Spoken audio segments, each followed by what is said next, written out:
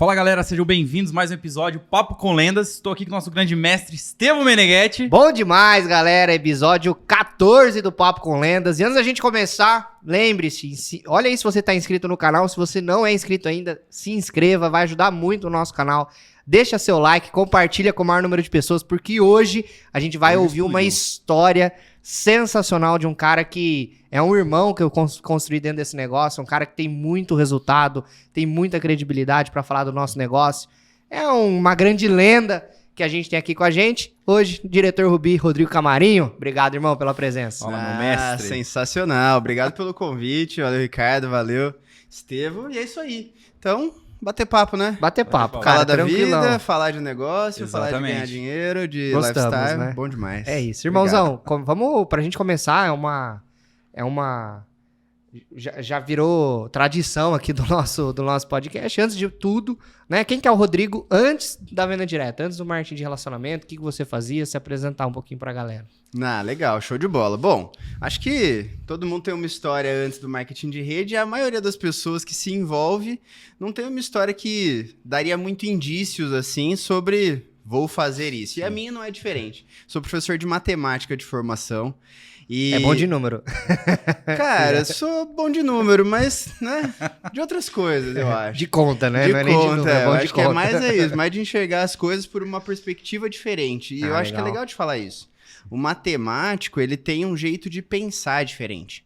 Ele tem um jeito de tomar decisões diferentes.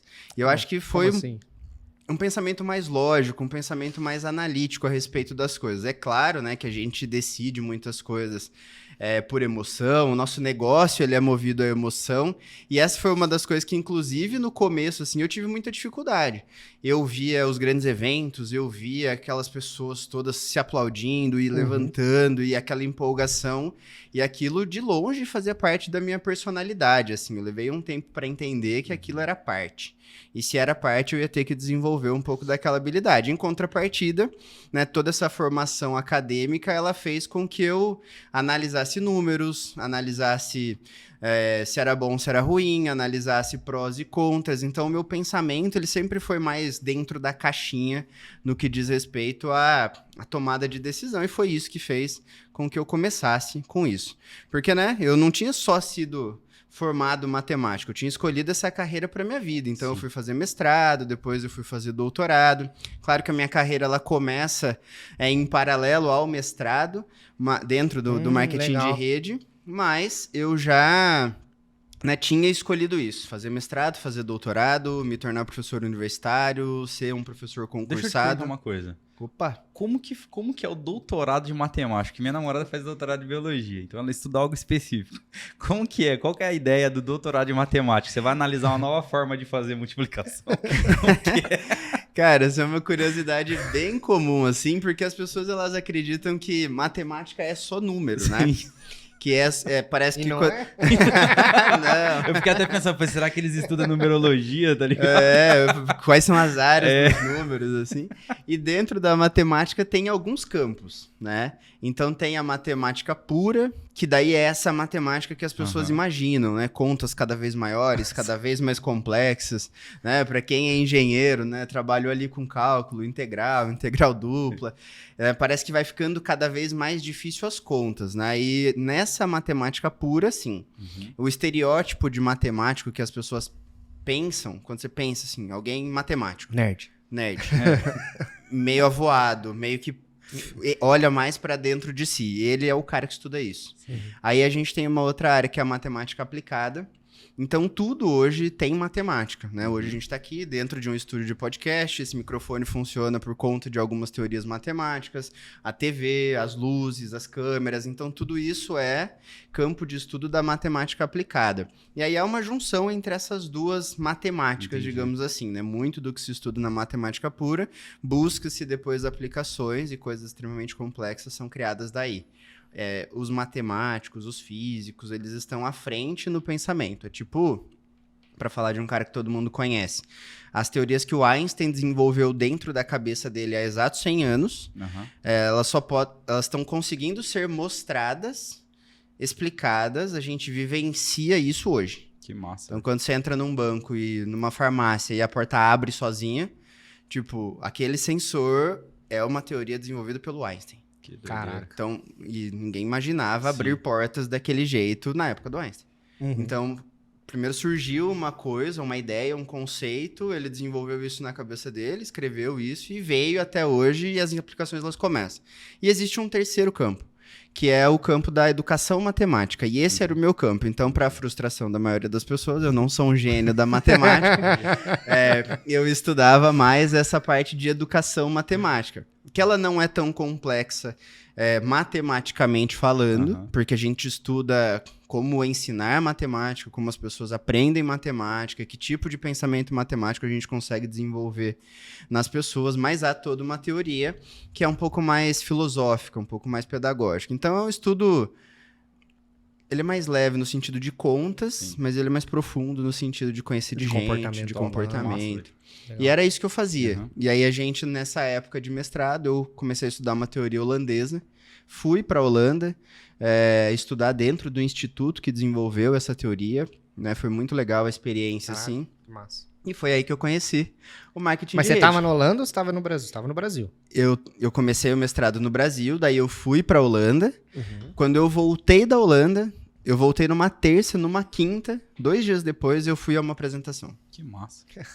Que maluquice. Que maluquice. E eu acho que essa parte é legal de falar também, porque assim, a maioria das pessoas elas demoram para tomar as decisões, porque elas às vezes estão vivendo alguns momentos muito felizes ou elas estão vivendo alguns momentos muito tristes. Sim. E aí parece que nunca é a hora certa de começar no nosso negócio, né? Nunca é a hora certa de dar um passo rumo ao desconhecido. E por pensar de uma maneira mais analítica, embora eu estivesse vivendo uma fase muito feliz da minha vida, porque eu estava realizando um sonho, Sim. né? Estudar fora do Brasil, eu fui o único da minha... Eu acho que na área acadêmica é o ápice, né? Você estudar fora e, quem sabe, sei lá, você ser professor de uma universidade fora. Não sei nem se... Eu não pensava em dar aulas fora, Sim, mas sim. o fato de poder ir Sim. e estudar em loco e Sim. entrar numa escola holandesa e ver como aquilo funcionava, isso Sim. era uma coisa bem importante, assim.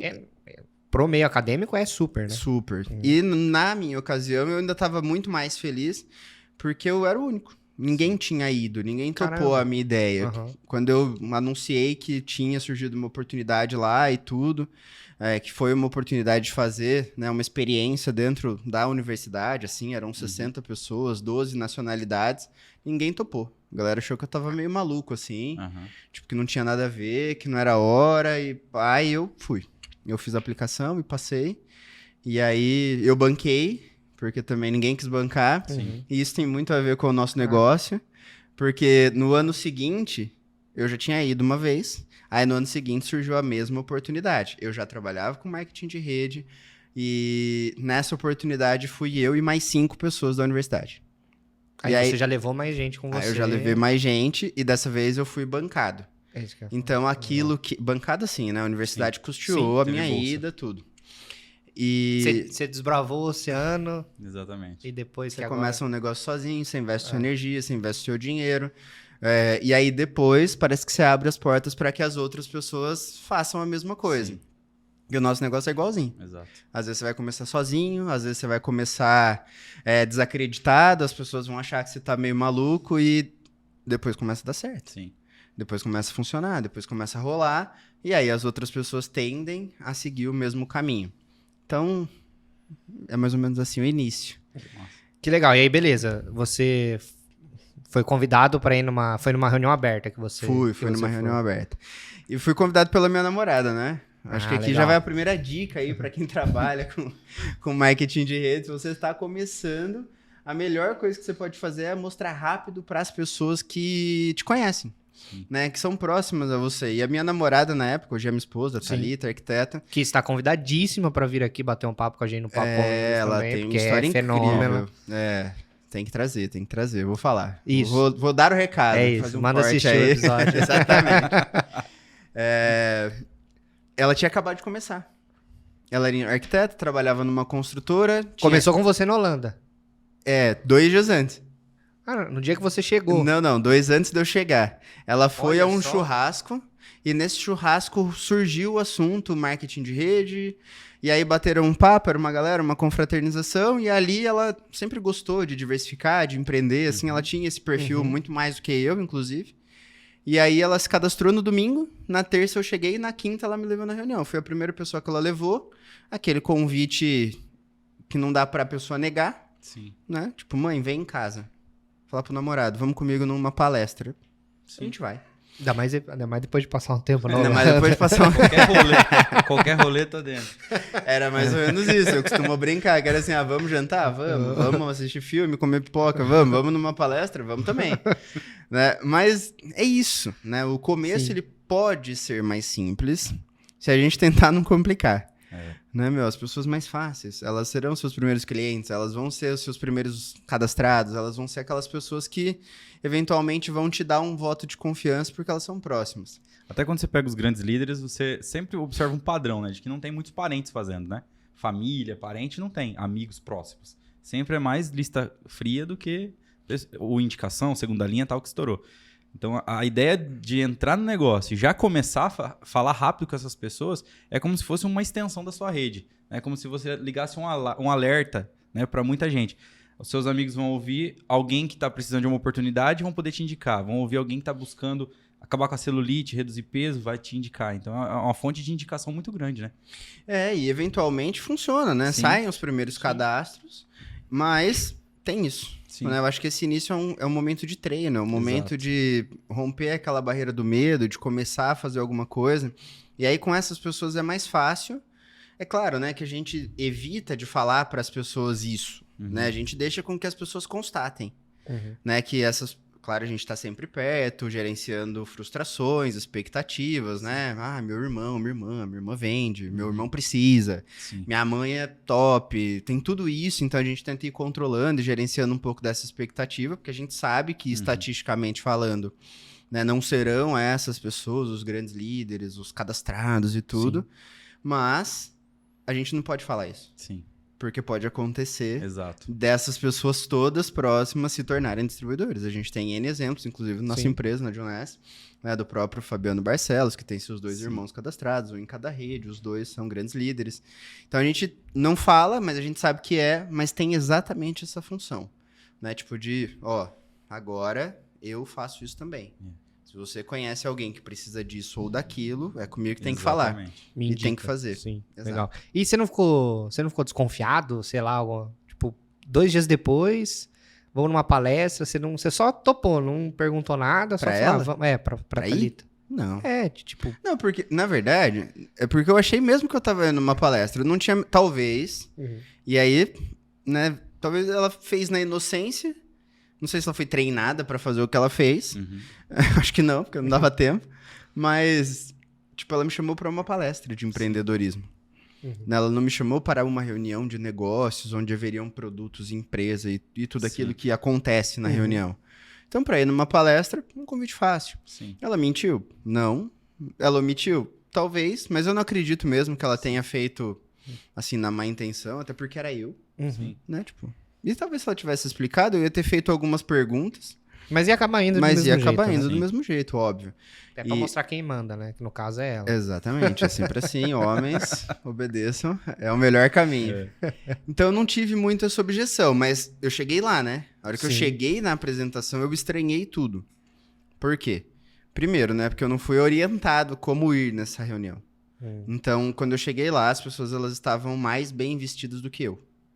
Na minha cabeça, eu tava imaginando que eu tava indo numa palestra, então eu fui de bermuda, eu fui, né, um estilo bem holandês, assim, barba, uma camisa xadrez, tipo, bem universitário, bem mestrando, assim. E aí eu cheguei lá, tava uma galera mais bem arrumada, ninguém tava de terno nem nada, aquilo me incomodou um pouco. E aí eu vi um outro distribuidor, o Vinícius, um grande amigo, lá assim, chamando ela pelo nome e tudo, eu comecei a estranhar o ambiente. Falei, mas isso é uma palestra de empreendedorismo? Como todo mundo conhece a Thalita, como Thalitinha, inclusive. E eu, tipo, foi estranho. Sim. E aí eu fiquei meio bravo, assim, um pouco, porque, né, meio enciumadão. E aí depois começou a apresentação, aí teve aquela parte de produtos, né, que é o meio praxe, assim, né? Não entendeu nada? Não entendi nada, o que tá acontecendo, né? Aí eu comecei a ficar perdido. Uhum. Aí depois, do meio da apresentação pra frente, quando começou a falar de grana, quando começou a falar de sistema, quando começou a falar sobre alguns livros, né? Aí a minha cabeça ela mudou. E aí, ao terminar a apresentação, eu tava muito empolgado. Eu nunca tinha visto nada daquilo, né? E aí, eu sempre falo, né? Eu não estaria na lista da maior parte das pessoas. Era isso que eu ia falar. Porque às vezes a gente olha, você contando a tua história. Meu objetivo era fazer o mestrado, fazer o doutorado, virar um professor universitário, então você ia ser um funcionário público. Então, na teoria, se você pegar a maioria dos funcionários públicos, não tem uma visão, uma cabeça, uma vontade de empreender, tá buscando, né? É o oposto total do tá buscando empreendedorismo. mais uma estabilidade, uma segurança ali, apesar que você também teve essas diferenças em, eu vou pra Holanda mesmo que ninguém tá me apoiando, eu vou fazer alguma coisa diferente aqui no meu mestrado. Eu já tinha dentro de mim, assim, esse desejo de fazer mais, de fazer melhor. Você já tinha... Eu já tinha isso, assim, tanto que... Mas são coisas que a gente não consegue identificar também. A gente não tem como a gente saber se a pessoa tá buscando algo ou não. Se você não conversar, não estiver próximo dela. Não, e eu tenho certeza absoluta. A Thalita não pensou em mim por isso. Nossa, verdade. O Rodrigo tá querendo meu crescer namorado na tem vida. que ir, né? Tipo, foi um convite, Sim. vamos lá. Né, se fosse namorado, igual, assim. Então, ela não julgou por nenhuma razão, pelo menos na minha cabeça. Mas, se a gente olha para perfil, certamente eu não estaria no topo da lista, porque eu morava com os meus amigos, eu não tinha uma rede de contatos tão boa assim, nunca tinha vendido, nada. Então eu não tinha nada assim que fosse um bom indício. Eu era um número mesmo. Legal. E é bom pensar assim, que as pessoas são números. Acho que essa é uma dica também que a gente tem que dar para as pessoas. Quem é o seu pai na sua lista? É o número 1. Quem é o seu tio na sua lista? Ele é o número 2. O seu pai não vale 4. O seu tio não vale 8, porque ele é empresário. Se ele se cadastrar, você ganhou 8 vezes mais. Ou se ele não se cadastrar, você ficou 8 vezes mais triste. Né? Tipo, o seu pai é 1, ainda que ele seja o seu pai. O seu tio é 2. As pessoas não têm pesos diferentes na lista. Todos são iguais. Exatamente por isso. Porque às vezes quem a gente acha que vai, não vai, e a gente julga que esse aqui não iria, mas talvez ele vai te conectar com alguém que vai, ou às vezes ele mesmo vai. Sim. Então... Até porque a pessoa vai mostrar se ela é foda ou não depois que ela entrar, né? Depois que ela fizer. E depois de um tempo, né? Exato. Porque muita gente chega mais pronta pro negócio. Sim. Se eu olhar pra mim, tipo, quem me cadastrou precisou esperar 3 anos pra ver alguma coisa acontecer. Uhum. Né? Quem nos cadastrou, né? Que foi a mesma pessoa. Então, se ela não tivesse dado esse tempo, ou se ela tivesse parado antes de fazer o negócio, ela teria perdido uma boa linha, uma linha de diretor dentro da empresa. Sim. Por quê? Nunca tinha vendido, não tinha credibilidade com ninguém, nunca tinha feito aquilo, tinha uma vontade, mas tinha outras tarefas, tinha mestrado, depois tinha doutorado, então eu tinha uma vida. Eu sempre falo que eu fazia coisas normais e aí à noite, finais de semana, a gente se vestia de capa do Batman ali, ia salvar a nossa própria vida, né? Uhum.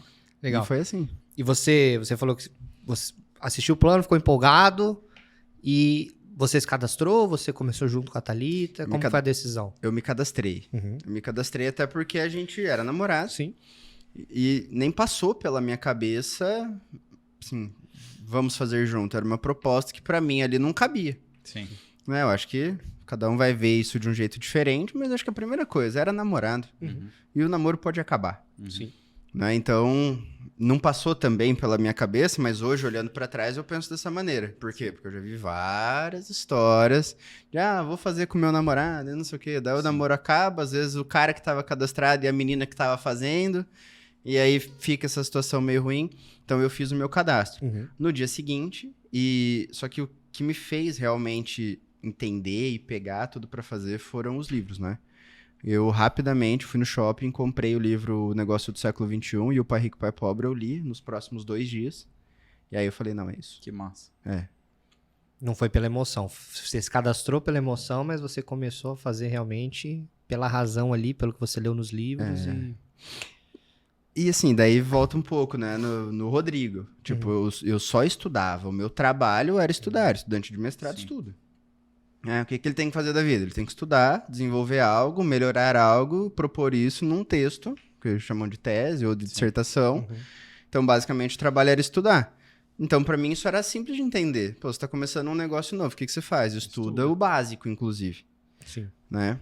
E o que era o básico dentro daquela circunstância no nosso negócio? Pai rico, pai pobre e o negócio do século XXI. Mudar a mentalidade e entender do negócio. Legal. E o começo, Rodrigão, como que foi? Porque a gente, conversando, rodando as cidades aqui, agora nesse momento que a gente está vivendo, eu, pelo menos comigo, né, recebo muitas dúvidas em relação ao tal do patrocínio responsável, ao tal de encontrar pessoas na profundidade. Como que foi o início de vocês? Tá. Você tinha... Sua patrocinadora tinha 2 dias a mais que você de negócio, né?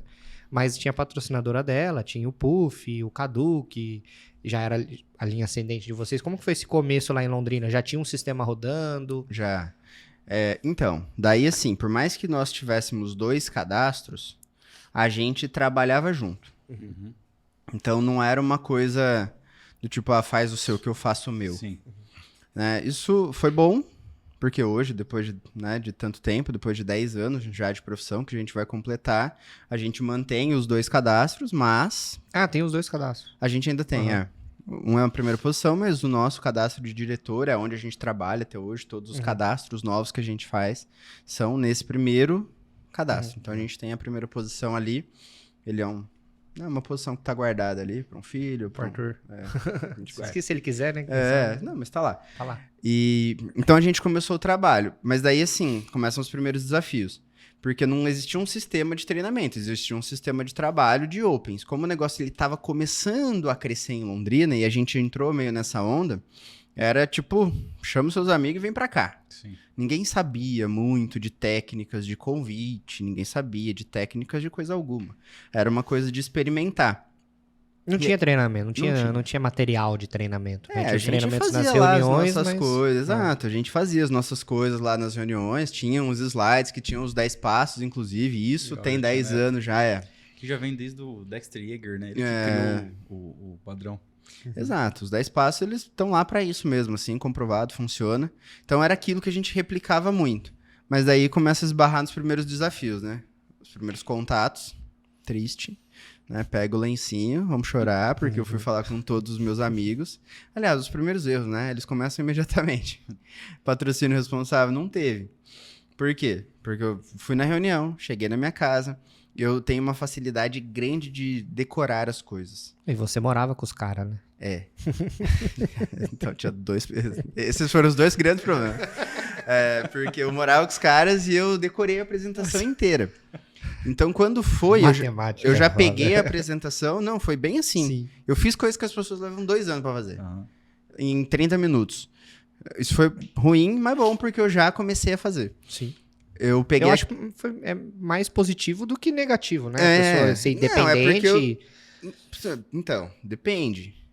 Depende, porque eu vou contar como foi. E aí, é porque tudo vai depender. Sim. O nosso negócio envolve gente. E Sim. gente reage diferente a uma mesma situação. Peguei aquele material e eu não tava me aguentando. Porque eu fiquei muito empolgado. Eu achei muito inteligente. E aí na minha cabeça assim, puta. Eu sou um cara inteligente. Os meus amigos são pessoas inteligentes. Todo mundo vai É querer. óbvio que todo mundo vai querer.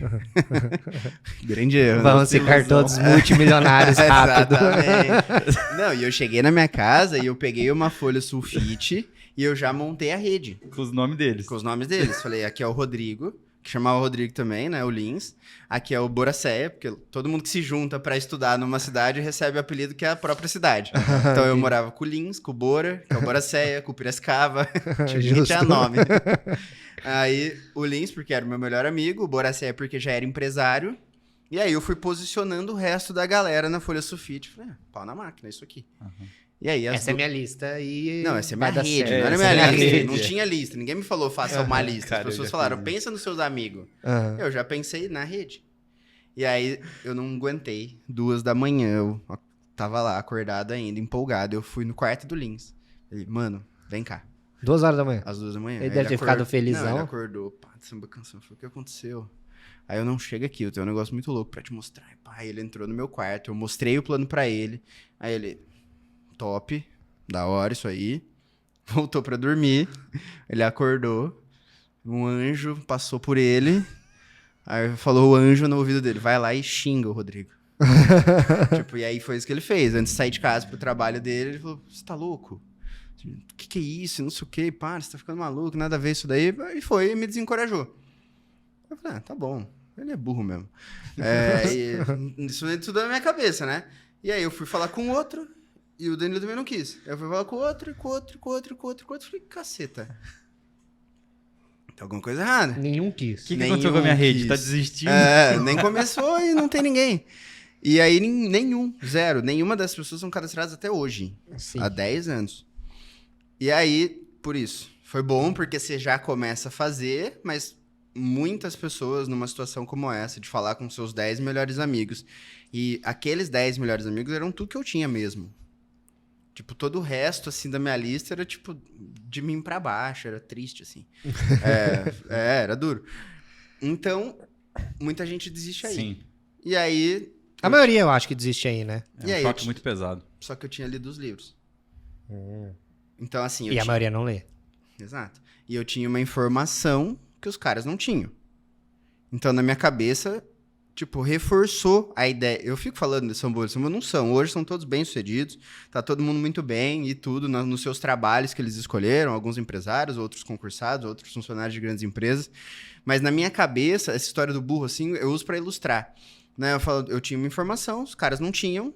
A informação que eu tinha era muito valiosa, muito poderosa. Então, na minha cabeça, os caras são burros. Por quê? Porque eles não se deram a oportunidade de saber disso. Sim. E aí eu me agarrei naquilo. E aí eu já parei de ligar pra tudo aquilo. E aí eu fui falando com os outros amigos e não sei o quê. E foi. Só que daí eu falo nosso, né? Porque ele representa o primeiro cadastro desse ID da Thalita. Ele também não veio de contato quente. A Thalita travou o pescoço, a história é bem boa. A Thalita travou o pescoço, não pôde trabalhar, pediu indicação para um colega de trabalho de uma fisioterapeuta para tratar do pescoço dela, que fosse na casa dela. E aí um menino que trabalhava com ela na construtora tinha uma namorada que era fisio, a Michele.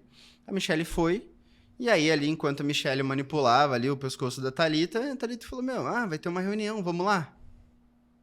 Começamos um negócio, estamos ganhando um dinheirinho, contou uma mentirinha. A Thalita nunca faz isso. Eu nem sei o que ela falou. Sei lá também, acho que na empolgação ali, aqueles convites meio errados. Sim. Mas... Que tipo, é o meio errado que dá certo, às vezes, né? Não, funcionou demais. Uhum. Não é que funcionou demais, a pessoa foi na reunião. Sim. Né? Era um contato frio, não conhecia. E aí...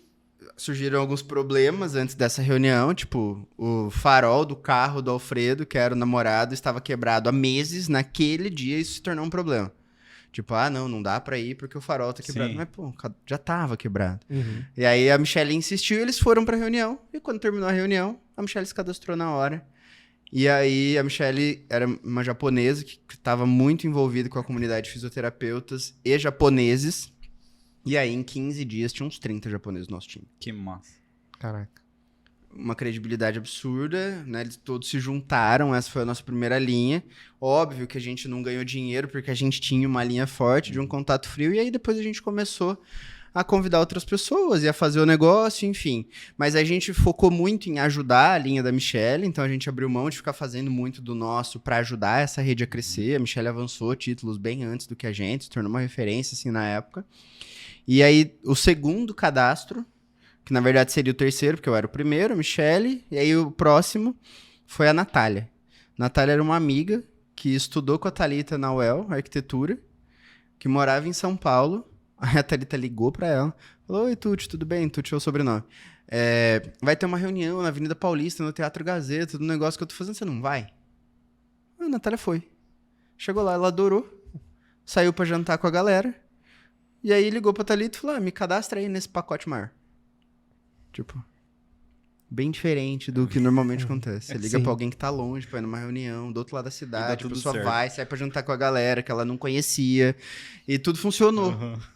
E aí, não virou nada essa linha, a gente foi pra São Paulo. Mas esse foi o começo. Que Legal. massa, velho. E você acha que você ter, na tua época do mestrado ali, que você tomou a decisão de ir pra Holanda, mesmo quando todo mundo falou que não, será que essa experiência fez você também ficar tranquilo em relação aos seus amigos, assim? Ou você acha que não? Que foi mais por causa da informação mesmo, por causa dos livros? Eu acredito que, assim, teve mais peso. Não é que eu não fiquei frustrado, tá? Eu fiquei um pouco porque eu fiquei perdido. Sim. É porque é o que fala nos livros, né?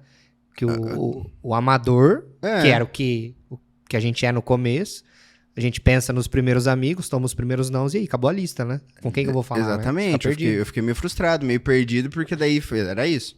Tipo, e agora? E aí, nessa hora, assim, né, eu acho que a gente deu essa sorte no sentido de ter cadastrado a Michelle e a rede começar a andar por ali, porque daí não deu tempo de ficar muito frustradão, assim, porque tinha quem ajudar. Já tava na atividade, já tava trabalhando. Dando plano e tudo, Exato. e eu sempre dei plano, desde o primeiro dia. Então, isso daí eu me ocupei com algumas coisas. Então, eu acho... E a informação, sem dúvida, assim. Eu acho que sem informação, você fica sujeito à opinião. E quando você fica sujeito à opinião, você corre o risco de pegar a opinião de quem não pode te dar opinião. Sim. É aquela velha história, né? Você machucou o joelho, você vai num ortopedista. Você tá com dor de dente, você vai num dentista. Você precisa de um conselho de negócio, você pede pro seu vizinho. Sim. Não faz sentido nenhum. Não faz sentido. Então, mas por quê? Porque o dentista, ele tem informações a respeito de dente.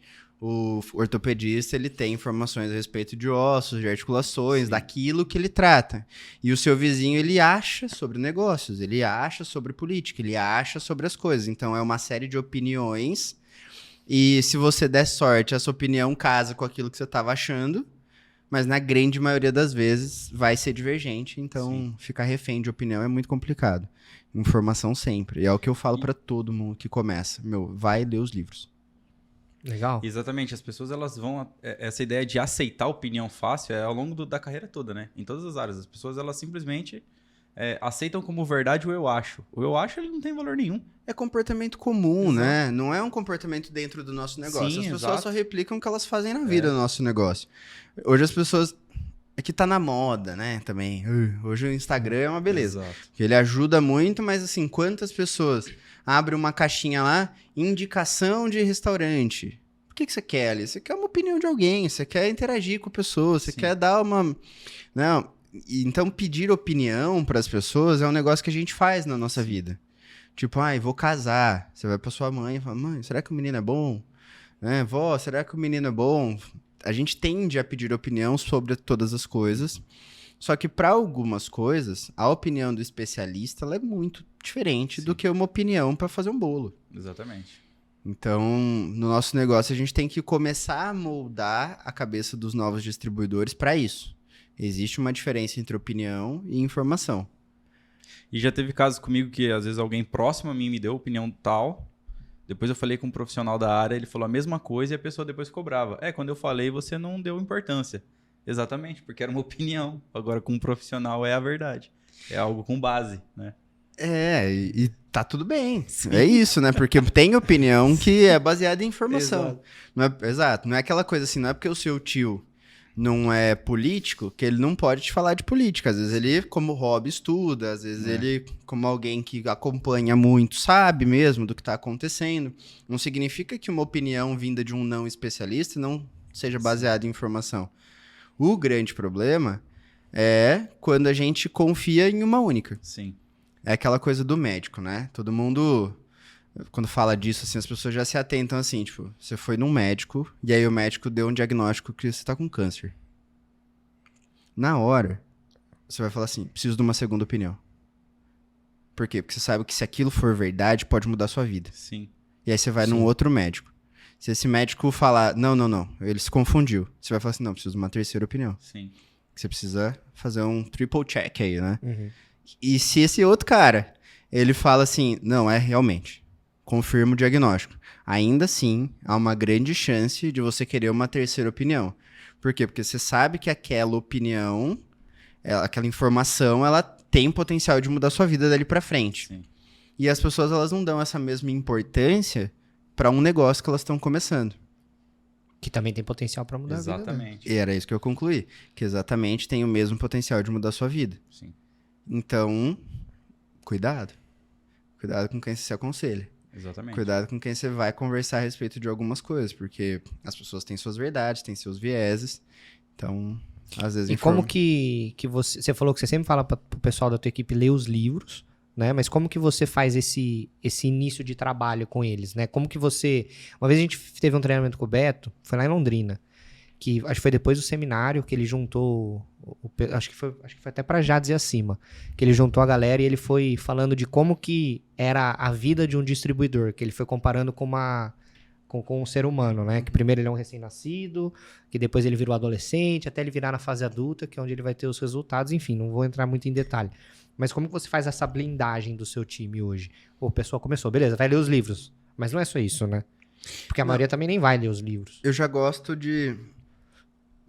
A gente amadurece ao longo desse processo. Sim. Né? No início, você quer tratar realmente como um bebezinho. Só que um novo distribuidor, ele não é um bebezinho, um ser humano bebê. Ele é alguém que já vem com algumas coisas. Sim. Então, eu acho que a gente tem uma grande oportunidade ali de colocar o primeiro filtro. Primeiro, entender que todo mundo pode fazer o negócio, todo mundo tem potencial para fazer o negócio, desde que seja disposto a fazer algumas coisas.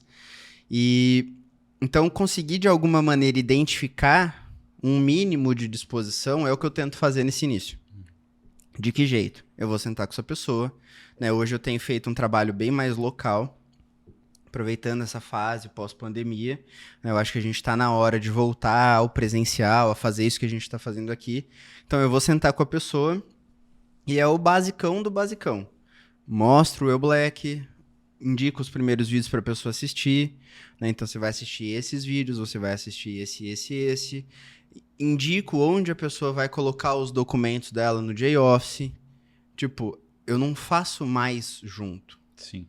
Por quê? Porque você está começando um negócio, se não for capaz de tirar foto do seu RG, de um comprovante de residência, e colocar sozinho num lugar que tem onde explica, tem já algum problema. Exato. Já temos um filtro Já inicial. temos um primeiro filtro. Fez? Não fiz. Cara, se você cadastrar alguém, você não vai receber. Por quê? Porque seu documento não tá lá. Então esse é um pequeno filtro, mas já mostra um mínimo de disposição. Já mostra que você não tem um neném, que você tem um nenenzinho, assim, um pouco mais evoluído. Aí, primeira lista, primeiras reuniões, e já dou a indicação dos livros e dos áudios. E eu vou acompanhando, ao longo dos primeiros dias, se a pessoa tem feito algumas coisas. Então, as pessoas me mandam fotos, as pessoas me mandam algumas, né? Ouvi o áudio lá que você falou, as pessoas postam e marcam. Então, isso pra mim já é um bom começo. Mas o que eu faço? Sento, lista com os primeiros 40, 50 nomes. Isso é uma coisa importante de mostrar para as pessoas. Por quê? Porque na minha cabeça eu só tinha aqueles meus amigos. Sim. E aí, quando eu sento com alguém, quase todo mundo pensa exatamente a mesma coisa. Nossa, mas eu não conheço tanta gente. E aí, aquele checklist. Família. Nome de todo mundo que você lembra. Amigos próximos. E eu já aviso, ninguém tem 30 amigos próximos. Amigo próximo é aquele que você liga no meio da noite para que furou o pneu. Sim. Então é 3, 4, 5, E olha 10 no máximo. Sim. Se você for um cara muito querido. Aí depois tem os colegas de trabalho, os colegas de faculdade, os colegas de escola, o pessoal da igreja. Esse primeiro checklist tira 50 nomes, pelo menos, assim, em 15 minutos de conversa. Então isso eu faço também, tiro foto, edifico aquilo, mostro, digo que ele está começando bem. E aí a gente começa a fazer os primeiros trabalhos, que é marcar a primeira caseira, que é ensinar a usar o produto, né? Escolhe algum produto para você começar a usar. Em geral, eu dou antes o produto para a pessoa já ir sim, né, sentindo antes dos produtos dela chegarem. Então é esse um começo assim que eu considero legal. E aí eu vou promovendo o sistema.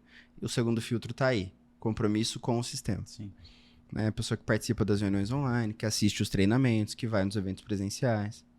Deixa eu te perguntar uma coisa. Essa lista que você faz no início com o distribuidor, você qualifica ela e ajuda a pessoa? De que forma que você inicia a pessoa? Como você faz as primeiras reuniões com ela? Cara, em geral, nessa primeira reunião eu não qualifico a lista. Por quê? Porque eu não tô dizendo que é certo ou que é errado, Sim. mas o que eu percebo que é muita informação. E a qualificação da lista, ela entra no mérito do julgamento. A pessoa ela começa a pensar sobre as pessoas.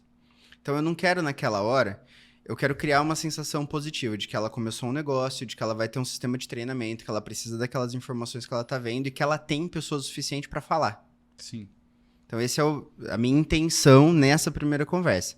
E dali a gente faz um check nas pessoas mais fáceis. Entendi. Aquelas pessoas que a gente não vai precisar da técnica do livro para chamar para ir numa caseira. Top. Então, quem são dessas pessoas que se você mandar uma mensagem, fulano, o que você vai fazer quinta-feira à noite? Vou fazer isso. Vai lá em casa. Tô começando um negócio, quero compartilhar com você. Maravilha. Porque a gente não pode mentir. Sim. A gente não precisa falar tudo num convite. Isso é técnica, todo mundo sabe. Então, a gente já começa a fazer certinho, mas sem todo esse critério de qualificação. Feita a primeira caseira, a segunda caseira, né, que é o que eu tento fazer com a pessoa, daí a gente entra naquela lista que já não é mais assim, vem em casa. Às vezes você não quer levar um ex-colega de faculdade que você conheceu no estágio para dentro da sua casa. Então a gente já precisa começar a profissionalizar convite, reuniões. Então a gente muda um pouco a estratégia de abordagem. Top. E qual que você acha que é a importância desse sistema, dessas reuniões presenciais? Porque é uma coisa que... Saindo do prédio hoje para vir aqui pro estúdio, eu encontrei uma menina que foi do meu time, dentro da Junesse, hoje ela não faz mais. E aí a gente, conversando, eu falei, né, que a gente tá passando por um momento de transição, né? Que é o que hoje? A gente passou por um momento de transição, que foi do presencial para online. Aí, o nosso grupo, apareceu muita gente 100% online, que nunca tinha vivenciado o presencial. Foram 2 anos, afinal de contas, né? Foram 2 anos só de online. E agora a gente está passando por um outro período de transição. E eu não sei você, mas eu acho que sim também. Mas eu senti um pouco de dificuldade de passar a real importância do evento presencial para as pessoas que são 100% online. Porque muitos construíram, tiveram resultados, cresceram no online, né? Como que você enxerga a importância desses eventos presenciais e como que você está trabalhando pro teu time hoje? Cara, é um desafio, tá? Pelo menos pra mim, assim como você, eu tô vendo isso acontecer na prática. Porque assim, quando a gente tem um trabalho 100% online, esse trabalho ele tem umas características que elas são muito atraentes. Sim. Zero custo, zero deslocamento, A partir de casa. zero roupa, zero tudo, menos estresse, menos tempo investido. Porque você, né, não precisa fazer muitas coisas. E quando começa a dar certo isso, legal. E essas pessoas que começam a ter resultado, elas acreditam que aquilo funciona. E funciona. Sim. Até um certo ponto aquilo vai funcionar. E é difícil tirar essas pessoas de lá. Eu tenho tentado, mas a minha decisão sempre é andar para frente. Por quê? Porque assim, o nosso trabalho ele é de ensinar. Ele é de promover. A gente vem de uma escola que construiu esse negócio no presencial, a gente potencializou o presencial com o online, facilitou muitas coisas, mas o presencial ele é fundamental. Por quê? Porque os produtos têm gosto, Sim. os produtos têm cheiro, a gente mais próximo sente a energia do outro, a gente consegue inclusive avaliar outras coisas, a roupa que a pessoa está vestindo. Né? É o que eu falo, as pessoas têm dificuldade de fechar um novo distribuidor, ou às vezes fechar uma venda, e ela às vezes acha que falta técnica, mas ela às vezes nem percebe que ela foi despenteada, Sim. que ela tá com uma roupa inadequada. Não é que a gente tem que andar de terno, não é que a gente tem que fazer coisas muito diferentes, mas a gente tem uma imagem que representa aquilo que a gente está vendendo, aquilo que a gente está falando. E o presencial faz isso muito bem. Uhum. E quem não veio para o presencial tá agora enfrentando um pouquinho de dificuldade. Só que o meu trabalho é caminhar no presencial, mostrando para as pessoas que o presencial funciona. Sim. Para tentar, de uma maneira um pouco diferente, não com o falar, mas com o exemplo de que aquilo é legal. Então é isso que eu tenho feito. E aparentemente tem dado certo. Top. Que bom, né? Eu acho que essa energia do presencial, ela é fundamental e a gente tá no momento de expandir o presencial agora, né? O online tá redondo, pelo menos na minha visão. O online, a gente conseguiu aprendemos a trabalhar com online e agora a gente tem que deixar o sistema presencial redondo de novo pro negócio ter a segunda curva S, né? Que eles falam, que o pessoal fala, né? Do crescimento, né? Acho que agora é esse pra momento. criar um momento, se você vê online, você não consegue criar, porque você não tem aquela energia, aquela lotação, né? Sala lotada, aquela sensação de que, meu Deus, tá entrando todo mundo. É claro, né, que a gente tá vivendo uma fase diferente também da nossa profissão, né? Antes vendia-se, tipo, só o sonho. Sim. Né? Então, na minha visão, assim, a evolução do mercado, ela vai acontecer da seguinte forma. Antes a gente vendia o sonho, agora a gente tá vendendo isso como um trabalho. Por quê? Porque quando a gente vende só o sonho, quando a gente fala, puto, tô todo mundo entrando, eu vou ganhar dinheiro, a gente vende um negócio meio 880. Sim. Ou eu vou ganhar 100 mil ou não vale a pena. Sim. Sim. E isso é ruim. Por quê? Porque se a gente fizer conta mesmo. Ontem, né, eu tava numa reunião, tava fazendo fechamento com as minhas convidadas ali, e aí eu falei assim, vou explicar. As pessoas que vocês viram, que era o Beto, é uma pessoa acima da média, acima da curva, que ganha realmente muito dinheiro, que construiu sua liberdade financeira, e isso é o alvo. Mas isso não é, tipo, o que a gente deve buscar atingir nesse momento. É assim, é a construção. Imagina você tendo 4 mil, 5 mil reais de renda extra, residual com o nosso negócio, continuando a fazer o que você faz. Sim. E aí as contas que eu sempre faço quantos apartamentos você tinha que ter para ter isso de aluguel? Para construir um apartamento, você precisa de tempo, de energia e de dinheiro. Para construir um negócio que dá 5 mil reais, a gente só precisa de energia. A gente não precisa de tempo, claro, mas assim, a gente não precisa investir energia para ganhar dinheiro, para pegar esse dinheiro e aplicar em outro lugar para que isso venha. Então, a gente encurta esse processo. Sim. E aí, a questão da sala lotada, né, que gera esse movimento, eu acredito que a gente vai lotar muito mais salas, a partir de agora, também agregando para nossa rede consumidores diretos. Top. Não vai ser mais uma sala só com distribuidores querendo ficar ricos, multimilionários. Serão pessoas que estão envolvidas num processo de construção realmente daquela marca, como consumidores, como divulgadores, como vendedores.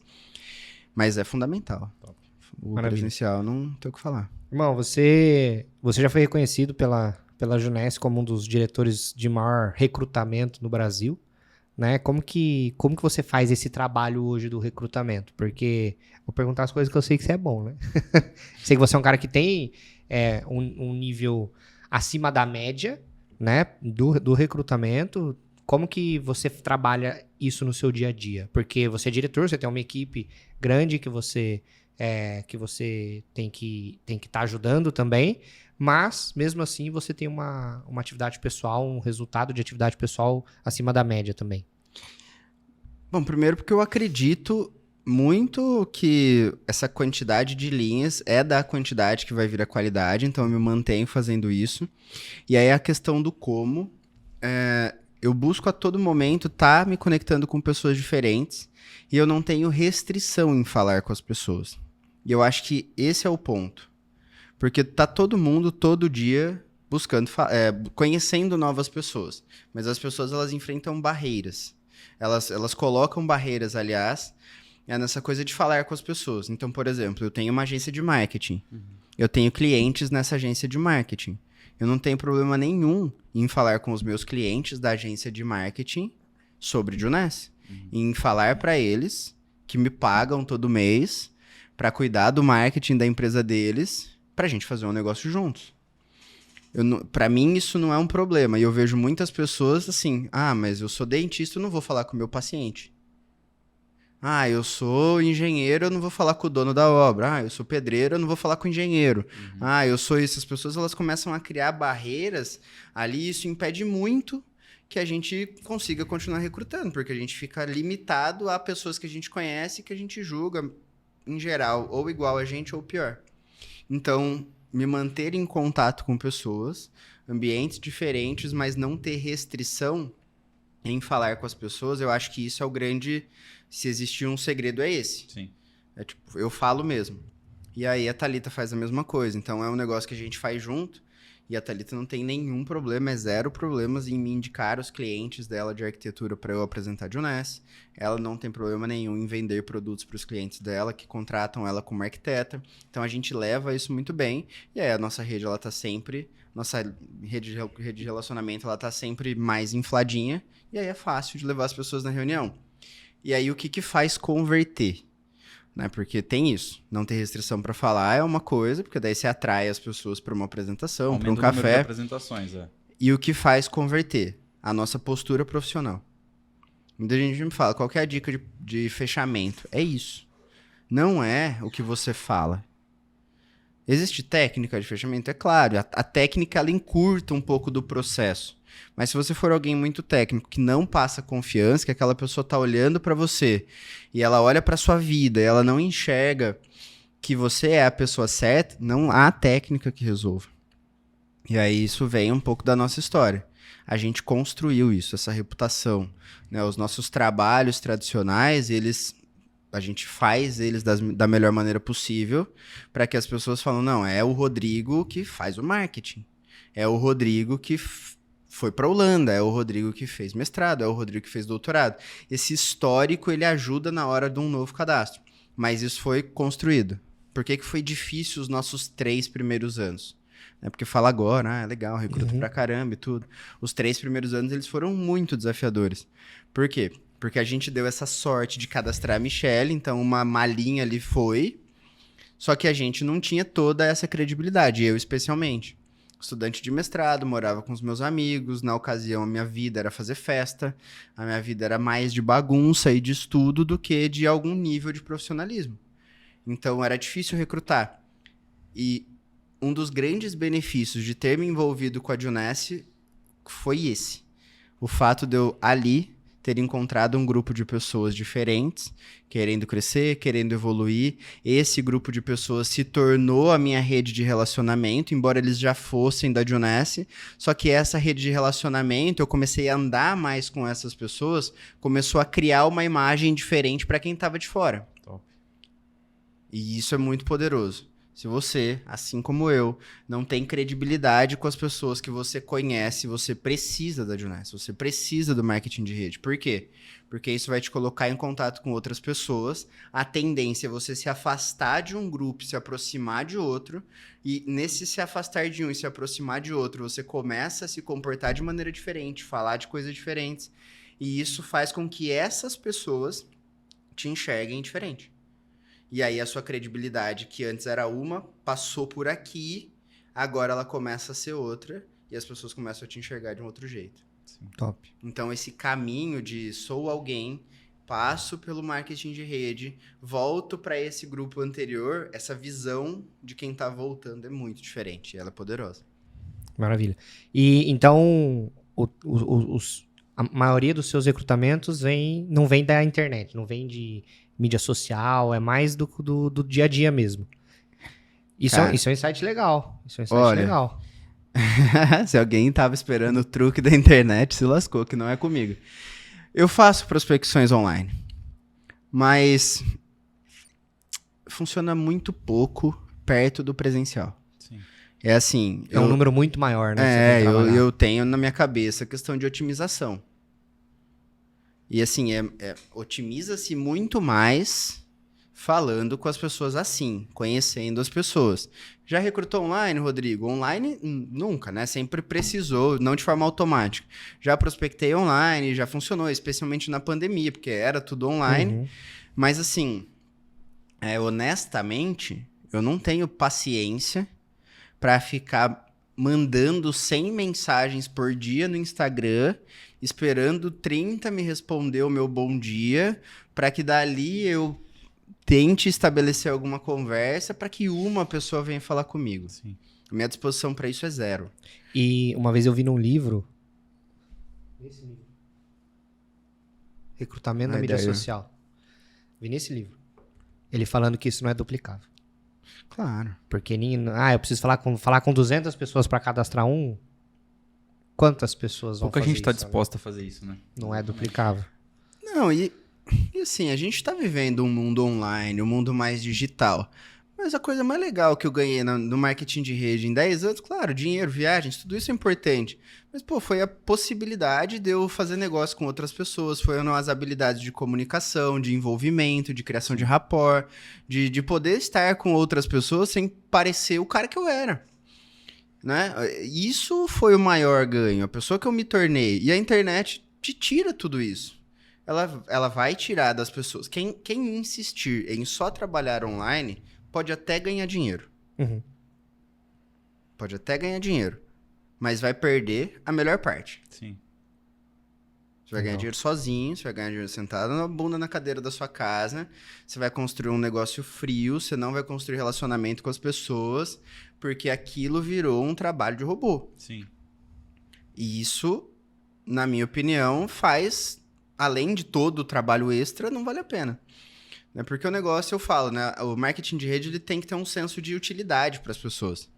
Né? Serve para ganhar dinheiro? Quero, Rodrigo, eu só quero ganhar dinheiro, eu não quero falar com ninguém, eu não quero sair da minha casa. Pô, mete o pau, vai para pessoa que tá na internet mesmo, tá certo. Se é esse o seu propósito, se essa é a sua única coisa, se é a única preocupação que você tem, e se você impôs essa condição, beleza, não tem o que fazer. Temos um lugar para você. E aqui. temos um lugar para você, exatamente. É possível. Uhum. Mais difícil, mas rola.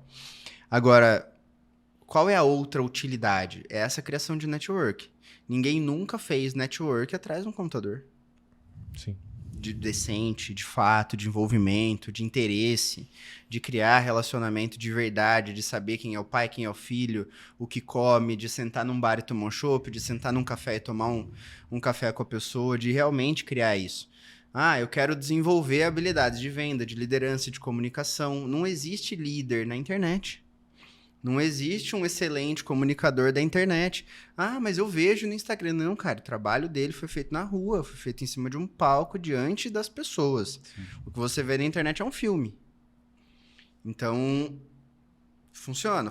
Dá um trabalho enorme. Para mim, funciona. Conhecer as pessoas, ter uma boa postura, um bom relacionamento com elas, criar um certo nível de confiança. A rede social ajuda demais a criar essa imagem. Sim. Então, cuidado com o que você posta. E mais do que cuidado com o que você posta, é capricha no que você posta. Faça bonitinho. Uhum. Escolha bem. Né? Pô, você vai escolher a foto? Escolha a foto que foi tirada com uma boa qualidade. Não é para todo mundo comprar o iPhone 13, última geração, porque a foto fica ali. Não é isso. Mas escolha a melhor foto, escolha o melhor texto, escolha suas palavras. Evite posições políticas muito controversas. Evite Corinthians-São Paulo. Evite essas coisas que criam rixa. Por quê?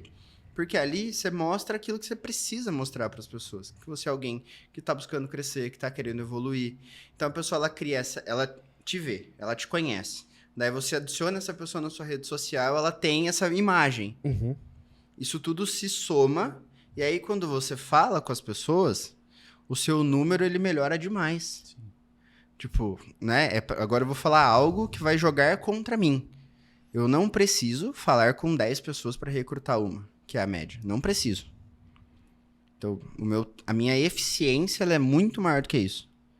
Agora, por que eu não estou recrutando 10? Porque eu estou trabalhando pouco. Estou falando com menos gente. E quando você desenvolve isso, chega nesse ponto, que nem esse mês eu estou indo bem. Já foram 3, eu vou fazer pelo menos mais uns 4, 5. Porque ontem eu tinha 3 convidados na reunião, que estamos já em fechamento para fazer o cadastro. E a gente tem mais uns dias no mês. Essa é uma média boa. 6, 7, 8 por mês. Sim. 2 por semana. Sim. É uma média acima da média. Sim. Do normal.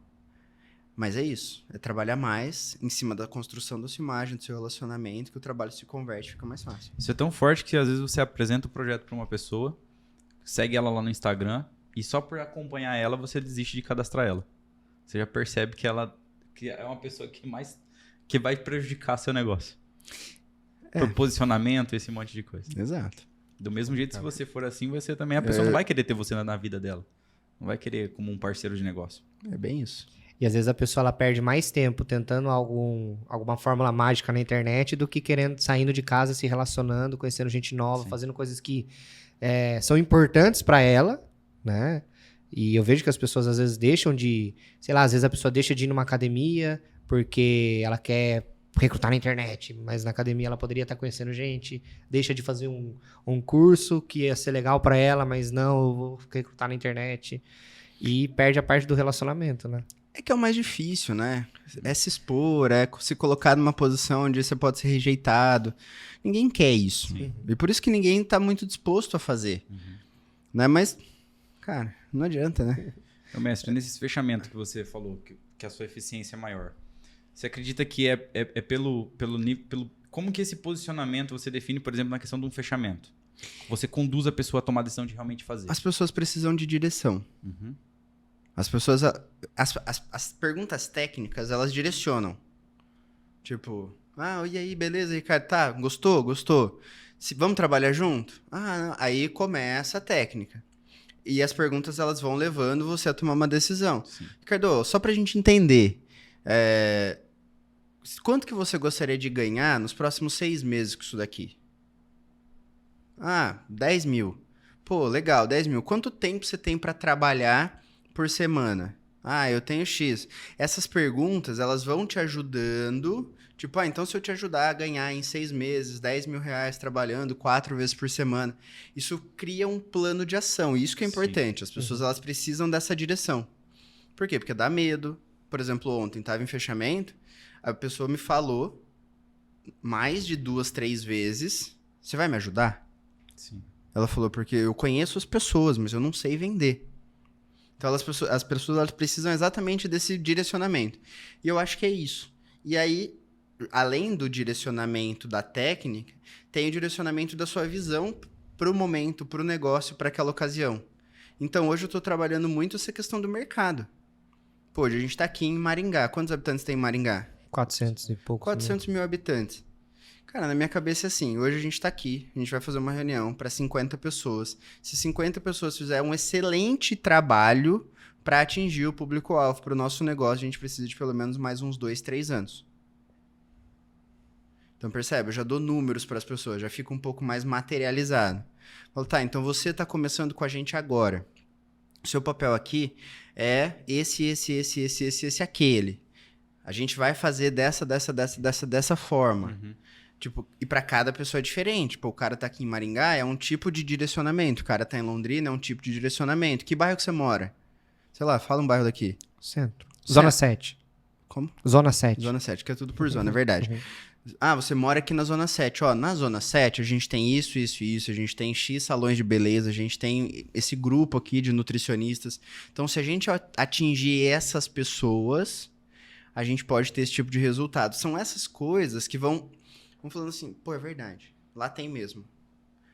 Não, eu conheço essas pessoas. Pô, desses salões eu frequento 2. Uhum. Eu tenho mais 2 ou 3 pessoas que moram ali no mesmo lugar. Então, mais do que a técnica de fechamento, é tentar entender o seu prospecto, a história do seu prospecto, saber exatamente aquilo que ele está buscando para você criar o seu discurso exatamente em cima disso. Trazer pra vida real dele, né? Trazer para a vida real. Que legal. Maravilha. Irmãozão, eu quero falar, antes de encaminhar pro finalzinho aqui do nosso bate-papo. Tá gostando? Opa, sensacional. Maravilha. E você, tá gostando? Acredito que sim. Então, lembra de se inscrever no nosso canal, deixar seu like, compartilhar com o maior número de pessoas, porque ajuda muito o nosso canal e você vai poder tá ajudando aí muita gente com muitos insights poderosos até agora. Vamos falar um pouquinho do Rubi? Da corrida pro Rubi. Eu sei que o mais importante foi que eu sonhei que vocês bateram o Rubi, né? Verdade, tem essa história.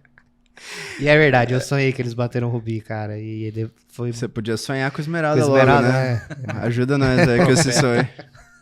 Se você sonhar, eu vou trabalhar mais. Vai trabalhar mais? Vai. E eu lembro... Era um momento que as coisas estavam acontecendo, a gente tinha criado um momento e muita gente aproveitou desse crescimento, né? Eu acredito muito nessa união das equipes que vão fazer com que... É o clichê, mas o clichê não é clichê à toa, né? Porque o tal da união faz a força, né? E eu acredito muito nisso, eu vi muito isso acontecendo na nossa região e eu vejo isso acontecendo de novo, com potencial para acontecer de novo. Mas o que você atribui o resultado de diretoria? O que um diretor faz de diferente para chegar num patamar desse porte dentro do negócio? Cara, constância. Constância, porque... de novo, né? É o tal do clichê, mas é o pouquinho de todo dia. Porque assim, até chegar no título de Rubi, A gente precisou construir todos os títulos. Quando, né, começou a Dionesse aqui no Brasil, a gente tinha um negócio ínfimo, tipo, pouquíssimas pessoas. Então, tudo começou na decisão de fazer o negócio acontecer. Diferente das pessoas, eu tomei a decisão de ir para Diamante, a gente não tomou essa decisão. A gente tomou a decisão de fazer acontecer. Vamos trabalhar profissionalmente, como a gente nunca fez, a gente tem uma oportunidade única na nossa mão, a gente precisa se comprometer com algumas coisas. Dado esse compromisso, a gente separou um tempo na nossa agenda para trabalhar com a Dionesse. Então, a gente não trabalhou diferente quando a gente era executivo, já de Pérola, quando a gente virou Safira Elite. A gente fez absolutamente o mesmo trabalho, que era terça ia para Open, quarta caseira, quinta uma caseira, final de semana um treinamento, final de domingo uma blitz. A gente se manteve fazendo isso durante o ano inteirinho. E quando a gente é disciplinado em fazer as atividades, começa a acontecer de algumas pessoas se espelharem em você. De algumas pessoas começarem a fazer a mesma coisa. Então a gente começou meio que sozinho, e aí junta mais 2, junta mais 3, junta mais 5, daí desses 5 alguém conhece alguém de uma cidade vizinha, tipo Rolândia, depois conhece alguém de Maringá, daí conhece alguém que conhece alguém em Curitiba. Então foi a nossa disciplina que criou o movimento inicial, e desse movimento inicial a gente encontrou pessoas que se inspiraram naquela história, que se inspiraram naquela atividade. Então o Rubi ele foi construído dessa maneira. E aí chegou num determinado momento, porque até a gente virar Safira Elite, nós tínhamos todas as atividades. Eu dava aula todos os dias, eu fazia doutorado, a Thalita tinha o escritório dela de arquitetura. Então a gente começou a sentir necessidade de ajudar mais as pessoas. Então o que mudou do meio do ano para frente, assim, vamos imaginar que agosto, setembro começou a dar mais uma cara de que, puta, agora vai. A gente começou a pegar o carro e rodar. Então daí eu saía do colégio meio-dia e em vez de fazer o que eu estava acostumado ali em casa, eu pegava o carro e ia para Cascavel. Eu pegava o carro e ia para Corbélia. Eu pegava o carro e ia para não sei que lugar. A gente começou a investir um pouco mais nesses deslocamentos maiores, porque a gente, como tinha construído um sistema disciplinado aqui, a gente só precisava levar isso para mais longe.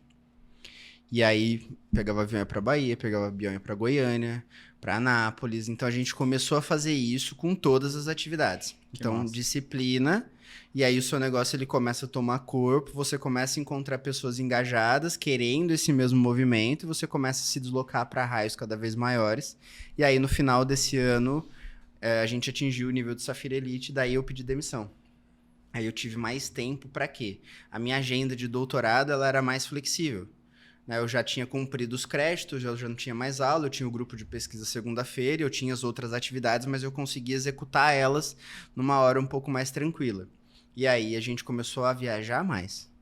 Então até o Safira Elite era isso, um trabalho bem local, mas disciplinado. Aí quando a gente estava chegando perto do Safira Elite, a gente começou a ir um pouquinho mais longe aos finais de semana, porque era quando dava. Não dava para eu pegar o carro 3 horas para ir, 3 para voltar, numa quarta-feira. Então, já começou a ficar mais final de semana. Aí, sim, a gente estava ganhando já um bom dinheiro, eu pedi demissão do colégio e a gente começou a investir mais nisso. Então, foi assim que a gente construiu o Rubi. E aí, como a gente tornou o nosso Rubi sólido. Porque quando a gente virou Rubi, a gente se manteve numa curva legal, assim, de trabalho, de volume de negócios. É claro que para o Rubi a gente deu aquela esticadinha que necessária, às vezes, para puxar um título mais expressivo, mas a gente se manteve muito bem. Aí, 100% focado em ajudar a equipe.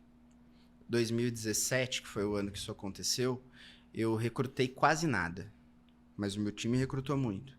E eu estive do lado do meu time todo o tempo. Então, eu viajei muito, muito carro, muito pneu trocado, muito posto de gasolina, muito hotel, muito avião, para colocar realmente, lenha na fogueira, digamos assim, para as coisas acontecerem. E aí depois a gente entra num trabalho mais de treinamento, de gestão, de manutenção. Não pode deixar de lado nunca o recrutamento, Eu demorei um pouco para entender. Eu achei que depois de um tempo, assim, o meu recrutamento ele já era menos necessário, até que você começa a ver que, não, eu preciso mostrar como faz. Exato. Eu preciso continuar ensinando a galera, eu preciso continuar fazendo para as pessoas verem que eu faço mais. O exemplo não é a melhor forma de ensinar, é a única. né? Exatamente. E eu sou competitivo, né? Então eu tenho um negócio dentro de mim que eu gosto de fazer mais que os outros. Eu não fico falando assim, vou ganhar de você. Eu até brinco e tudo, mas dentro de mim é forte. Tipo, eu acho foda quando eu sou foda. Justo, e tem que ser Eu mesmo, acho. a gente tem que saber se É reconhecer, massa né? quando você é foda, porque quando você é reconhecido. Eu não gosto de elogio falso, cara. Quando você é elogiado por algo que você sabe que você é foda, é massa. Mas eu fico sem jeito, cara, com isso. E aí volta tudo, né? Lembra que lá atrás eu falei que eu era mais analítico e tudo, assim, assado? Essa coisa ainda, tipo, dos aplausos, das Sim. coisas, das edificações, Uhum. por mais que faça parte do negócio, que seja muito importante, eu entendo as razões, é algo que ainda, 10 anos depois, não me deixa confortável. Sim. Não. Tipo, eu tenho uma coisa minha, eu gosto de saber que eu sou foda. Uhum. Quando eu sou foda, é óbvio, né? Mas se você me falar, eu vou ficar vermelho, vou ficar sem jeito, vou dar uma enroscada. Eu gosto de me olhar e ver. Mas quando alguém fala, parece... Eu desconfio, assim. Eu tenho um pouco... A minha autoestima é boa, mas quando alguém fala, ela baixa, assim. Eu falo, acho que ele tá tentando dar uma bajolada, assim. Bom demais, irmão. Agora sim, pra gente ir pro encerramento, já foi mais de uma hora de bate-papo aqui. Queria que você passasse um pouquinho da sua visão, né, pros próximos meses, pros próximos anos aí, a respeito do nosso negócio. Eu acho que a gente tá criando um material muito poderoso de várias pessoas que entendem do mercado. Você falou, quase 10 anos de experiência com a venda direta, né? Eu acho que é uma informação de qualidade, né? A gente tem um pouquinho da sua visão aí para os próximos anos. Eu queria que você compartilhasse com a gente. Show de bola. Bom, eu acredito nessa mudança do mercado, né? Vendi esses sonhos, agora se vende esse trabalho, e junto disso a gente está falando de consumidores mais próximos da empresa, mais próximos da rede. Então essa mudança, ela é muito positiva, ela é muito poderosa. Então o que eu estou enxergando para os próximos meses, para os próximos anos? Um crescimento absurdo. Por várias razões, mas a primeira delas porque a gente passou por um momento muito desafiador que foi a pandemia, que deu uma chacoalhada no mercado e que abriu os olhos de quase todas as pessoas.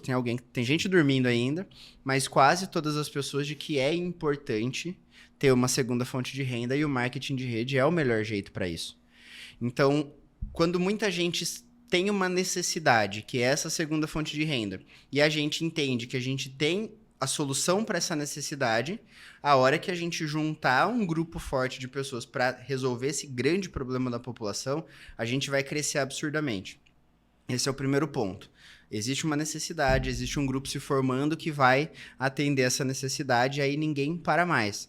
Só que, além disso, a gente está falando de um grupo de pessoas que tem uma necessidade de segunda fonte de renda, mas tem um terceiro grupo, que é aquelas pessoas que estão mais preocupadas com saúde, com beleza, com nutrição e que querem pagar mais barato.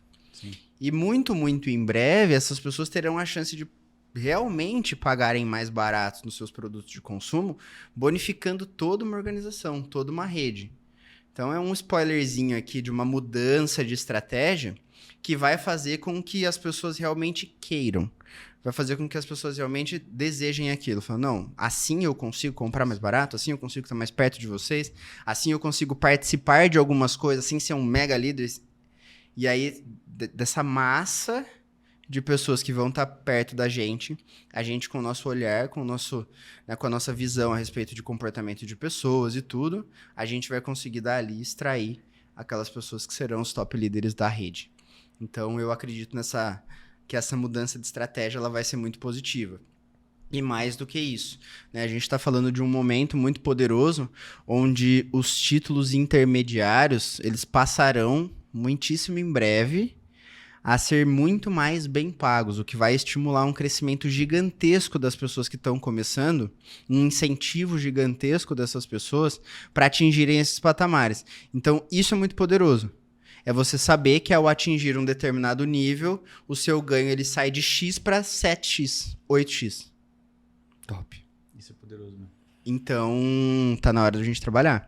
E aí, Por que que eu tô recrutando tanto, trabalhando tanto? É porque eu tenho essa visão de que quanto mais pessoas eu tiver agora começando, mais pessoas a gente vai ter para aproveitar essa onda de crescimento e daqui 1 ano, daqui 2, a gente vai ter construído novamente uma rede com 10, 15, 20, 30 mil pessoas.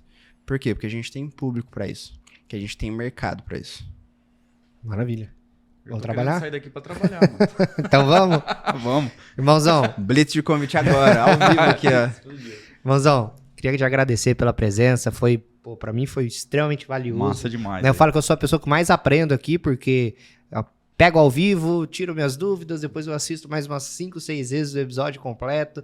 Então, pô, gratidão demais pela sua presença aqui. Quer passar algumas considerações finais? Cara, eu acho que não tem mais nada pra falar, né? A gente fica sempre disponível aí pra quem precisar tirar alguma dúvida, quiser alguma informação e parabenizar vocês. Porque eu acho que essa iniciativa, ela vai ajudar muitas pessoas, né? Esse compartilhar de histórias, de referências, de dicas. E talvez a última consideração o que o Rodrigo fala é o que funcionou pro Rodrigo, é um pouco da história do Rodrigo, é um pouco dos desafios. Né? A minha dica pra todo mundo é pegue o canal e assista. Porque às vezes o que eu te falei não vai te servir tanto. Pode servir para alguém do seu grupo, um novo distribuidor. Mas com certeza, nesses 13 episódios que já passaram, já tem muita história boa e que certamente só com isso você já vai escalar seu negócio. Você já vai crescer com o seu negócio. E muita coisa boa tá por vir. Então, parabéns para vocês aí. Obrigado pelo convite. Sempre disponível aí. Valeu. Quando vocês precisarem. Tamo junto. Tamo junto. E galera, lembre-se, hein? Se inscreve no canal, deixa muito like aqui nesse episódio. Vamos fazer esse episódio bater o recorde de curtidas e compartilha com o maior número de pessoas para você também estar impactando positivamente todo o seu grupo para alavancar seu negócio cada vez mais. Tamo junto, galera, valeu. Lembra, porque senão você não cresce no plano de carreira. É isso. Valeu. É a praga de Rubi. Valeu.